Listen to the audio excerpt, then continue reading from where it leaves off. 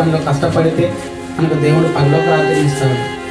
మరి మాకు సువార్త చెప్పడం రాదు కదండి, మరి మాకు వాక్యం చెప్పడం రాదు కదండి, మరి మాకంత ధైర్యం లేదు కదండి, మాకు పాటలు పాడటం కూడా సరిగా రాదు కదండి, మేము చదువుకోలేదు కదండి అంటారా?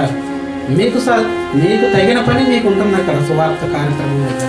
ప్రార్థన కూడిక జరుగుతుంది అనుకోండి, ఆ ప్రార్థన కూడిక దగ్గర ఎవరు చేయాల్సిన పని వాళ్ళకు ఉంటుంది అండి. ఇప్పుడు చదువు రానున్నారు అనుకోండి, పట్టాలేసే పని చేద్దాం. ఎందుకంటే సువార్త పని. చదువు వచ్చిన పాటలు పాడొచ్చా ఉన్నారు, మంచిగా పాడేవాళ్ళు పాటలు పాడండి అండి, అది సువార్త పని. వాక్యం చెప్పొచ్చిన వాళ్ళు ఉన్నారు, వాక్యం చదవండి, చదివి ఇక్కడ దైవజనం చెప్పగానే ఇంకా రకరకాల పనులు ఉంటాయి. ఆ పనులు మనం పూనుకొని చేయాలి. అది కాదులే అని అంటారా? అదంతే ఉంటుంది, అది కాదన్నట్టు. మరి ఈ యొక్క సువార్త పనిలో మనం పాలు భాగస్వం కాకపోతే మనం నరకానికి వెళ్ళిపోతాం. ప్రియులారా, మనం బ్రతికే విధానం బట్టే దేవుడు మనకి నరకాన్నైనా పరలోకాన్నైనా ఇస్తాడు.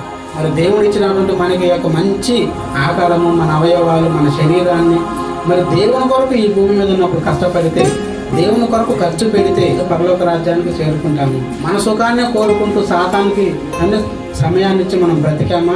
ఈ యొక్క శరీరం అంటే ఈ యొక్క భూమి మీద మన ప్రాణం విడిచినప్పుడు ఆత్మ నరకానికి వెళ్ళిపోతుంది, అక్కడ అగ్ని ఆరదు, పురుగు చావదు.